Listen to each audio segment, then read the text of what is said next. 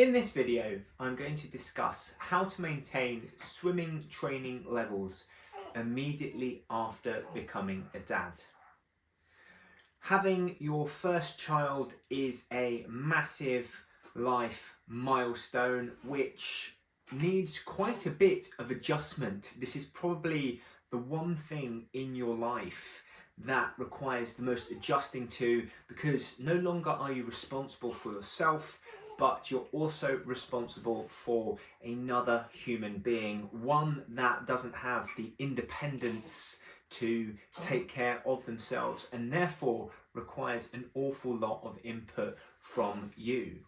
And for any swimmer, as a result, this can really create time constraints on how much you are able to train, especially in those initial few weeks after becoming a dad for the very first time. And as such, I just wanted to speak through my experience today as to how I found the first 3 weeks of paternity leave with regards to incorporating in and maintaining my swim training, communicate some of the pitfalls that I have come across and experienced for myself, discuss some of the successes and strategies that have worked for me over these first few weeks, and just help up and coming new dads that are also really keen on their swimming and want to maintain their swimming training after becoming a parent for the very first time, so that they're not as impacted as hard as I am and can hopefully have that smooth transition to enable them to both enjoy the arrival of their newborn child as well as maintain one of their favourite hobbies. So by way of introduction, my name is David Westcough, and this video series, Make Me Proud, is all about my campaign to become a better sprint swimmer, which over the past few weeks has taken a little bit of a setback because, as I said, I've become a father for the very first time. And whilst I've been absolutely overjoyed about the experience and becoming a father, at the same time it certainly created difficulties in my main hobby of swimming and trying to improve as a swimmer, because I still have aspirations to get faster. Despite becoming a parent, I really do want to continue improving and getting faster as a swimmer and enabling to still be competitive as a masters swimmer. I know that further down the road, as children become more independent, I'm going to get some of that time back. But what I'm a little bit fearful of at the moment is this initial period where the children are going to be very small, not going to have much independence, and therefore are going to require a lot of effort from both myself and my wife, a lot of time as well, which is going to reduce the amount that I'm able to train both in the pool and in the gym. So hence the topic of today's video. And the first thought that really comes to mind is that when it comes to having a child for the first time, the time constraints on you maybe aren't quite as big in terms of volume as you would initially expect. The baby sleeps a lot, so you do actually have quite a lot of time, especially during those first few weeks of paternity leave, which as a result gives you quite a bit of opportunity to productively use that spare time. The issue is that those chunks of time come in unpredictable blocks. It's really difficult to understand when you're going to be needed and where you might have a spare hour or two to get on with some training or something productive. So it's just one thing to be cognizant of and to help you to strategize when becoming a parent for the first time as to how you're going to fit your training in because previously, where you might have been used to having a big training block in the chunk of the day, it may instead require you to split up your training throughout the course of the day so that you can get everything that you want to in, but ultimately just split things out throughout the course of the day so that it ties itself in with whenever you are required to support with taking care of the baby. That being said, first and foremost, the birth itself is an incredibly tiring thing, and I think regardless of what time you had the baby, I was up all night with my wife where the baby arrived at 5:23 a.m, where as a result I had absolutely no sleep. But based on all the checks that a hospital need to do before you leave, I think at some point you are going to end up being sleep deprived, especially if you're helping your wife through labour and contractions, which can go on for a couple of days before the baby actually arrives. So the first thing that I think that you need to do when it comes to staying on top of your swimming training is actually to prioritise your sleep. And if you have become sleep deprived, then getting back to a decent level of sleep is important. Now, that may mean that you lose quite a lot of hours in the day. In order to get that back, I found myself sleeping, essentially being in bed for 12 hours and sometimes even more to ensure that I got that full night's rest each night. But what that meant is that I could attack the rest of the day strong and with a whole lot of energy, which meant that both taking care of the child and any other jobs that I needed to do didn't seem quite as strenuous. I'm a big advocate in the need for good sleep, and therefore I think to prioritise this, not only for yourself but your wife as well, to enable her to gain that energy to help support and take care of the baby, which in turn might enable you as a dad to get off to training a little bit faster and get back to the levels of training that you want to a little bit faster. So making sure that not just yourself but the two of you are getting that sleep as a priority so that you can start to find your rhythm, find your routine with this new child. So in the first few days, prioritising sleep for me is an absolute key, and that may mean you lose out on a couple of sessions over the course of the week, but I think that that's a really important investment, because trying to continue with the regime that you have been doing whilst sleep deprived, that's going to push you towards burnout.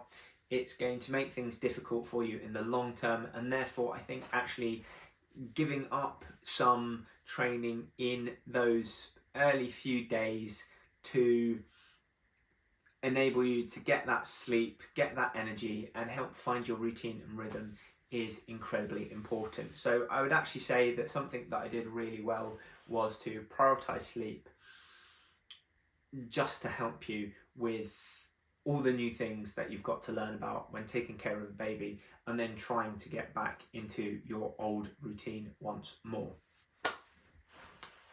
The second thing is, as I said, when it comes to taking care of the baby, you do actually have quite a lot of time throughout the course of the day because it sleeps so much. However, the difficulty is with the unpredictability of when it's going to be asleep, when it's going to be awake and needing your attention and crying, etc, etc.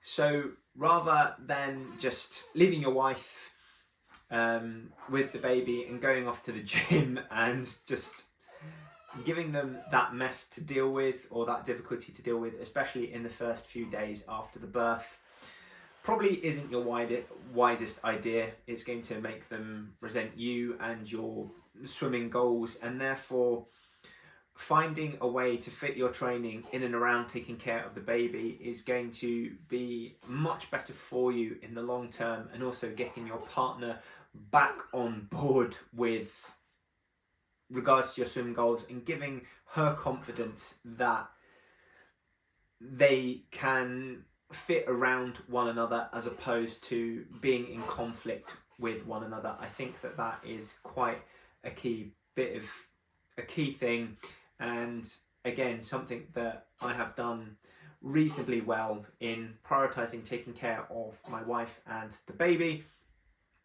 and then trying to fit training in and around that.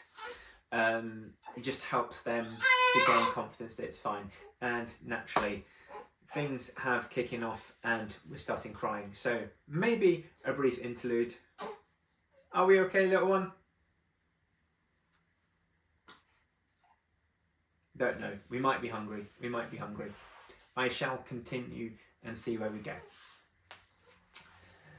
So things, especially in the first few days, to think about is what can you do at home? What can you do in 15 minutes or chunks of 15 minutes? You may be able to get your full hour's workout in throughout the course of the day or however long it takes, but you may need to be clever as to when you do that. I'm really going for authenticity here by throwing in some baby wailing sounds at the moment. I don't know what's the issue. Might be hungry.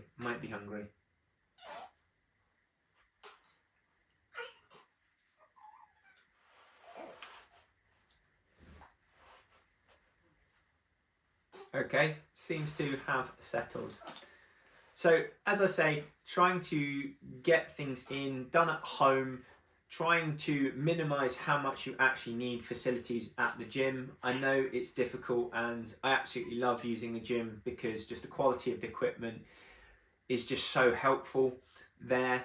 But trying to think about what you can do at home, what you can do in small chunks of time, but a lot of will really help, because if you only need to nip, say, to the gym for half an hour to fit into exercises where the rest you can do at home and fit in and around helping out your partner and the baby, all the better for it.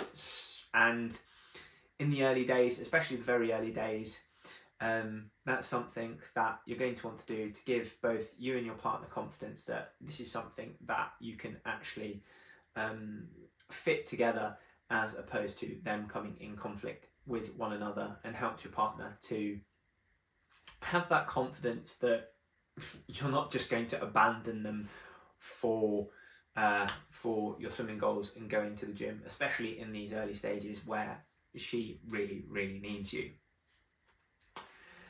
That means gym stuff is relatively okay, so long as you can find a way of working around doing exercises, doing stuff at home. Means that gym work is relatively straightforward, but unless you've actually got a pool in your back garden, it becomes a little bit more difficult to work in the actual swimming and pool work, which again is probably the most foundational point of your training, depending on what type of swimmer you are. Sprinters may be able to get a bit more away with more of that gym work, whereas endurance swimmers really do want to be getting in the pool a little bit more often one would expect. So I think what's important here is little and often, similar sort of aim to the gym work and working out what you can do at home. That's building up from small sessions. Again, trying to do things little and often, prioritising the key aspects that you want to maintain. So as a sprinter, it might be just a case of doing a taper as you would do for a big competition, which would be getting in the pool, doing your warm-up, and then absolutely smashing out a sprint 50, sprint 100, whatever it is, and then that's your training session for the time, which might end up being 20-25 minutes, half an hour max, just to keep that skill. And this is something that I haven't done particularly well. My training sessions in the pool have fallen through the floor a little bit more because I've still looked to do those hour-long training sessions in the initial stages, as opposed to just saying, let me just get in the pool for 20 minutes, half an hour, warm up, do a sprint swim, get out, and then get back to helping out with my wife. And that probably would have been more beneficial for me had I adopted that strategy, because I would have been able to, in the long run, do more swim training, but be able to fit it in and around when the baby requires me to be there and my wife requires support from me. So I think the key takeaway from this video is to firstly think about what you can do at home. Try and do things little and often, as opposed to doing big training sessions. In the early days, you're probably going to have to forego some sessions and some training, just because of how sleep deprived you are, how tiring those first few days are, especially for your wife, where you need to help them out. So first and foremost, really prioritising that sleep to get you and your partner both in a state where you can start to bring those things back into your life once more. Then little and often, what can you do at home? You can certainly do stretching, mobility, that sort of thing at home. There are a number of strength exercises and gym work that you can do at home. If you need to go to the gym for use of facilities, machines, etc., then try to minimise that and do that when the baby is down for sleep after a long feed, so that you know they're going to be out for the count for a significant period of time to give you that time to go. And similarly with the pool as well, little and often to begin with before moving on. We're really not happy, are we? What's the matter, little one? Calm down once again. Just wants to throw in some wails here and there just to add authenticity to the video, which I very much do appreciate. We've quietened down again. Maybe she just doesn't like me talking all that much. So as I say, little and often, trying to do what you can do. Naturally, supporting your partner with what they need to do will earn you brownie points and be significantly better for you in the long term, because if you abandon them to go off and do your typical training, however you do it, then that's not going to make them happy or make them confident that you really are in it with them, with taking care of this child. Naturally, in the short term, you may have to give up a little bit in order to benefit yourself for the long term, but it's just gradually building back up to your routine, trying to squeeze things in here and there. Naturally, yes, at some point you're going to have to go back to work, or you're going to have to do things and challenge yourself and just build up independence and getting on with things once more as required as your paternity leave comes to an end.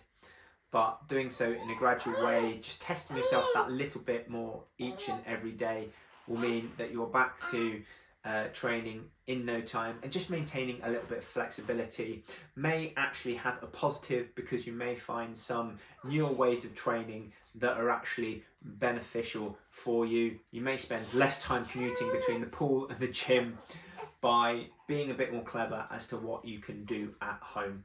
So those are my initial thoughts after my first 3 weeks of paternity leave, and how you can maintain your swimming training levels immediately after becoming a dad. Naturally, for women, I'm afraid I don't have the experience of that, and I know the first 6 weeks you are discouraged from doing any intense exercise to allow your body to recover. Oh, might need a feed in a minute. But otherwise, thank you very much for watching. Those are my initial thoughts. I've been David Westcough, and I'll see you again next time. For more swimming content, follow and subscribe. To swim faster on limited training time, head to westcough.com. Otherwise, see you in the next episode.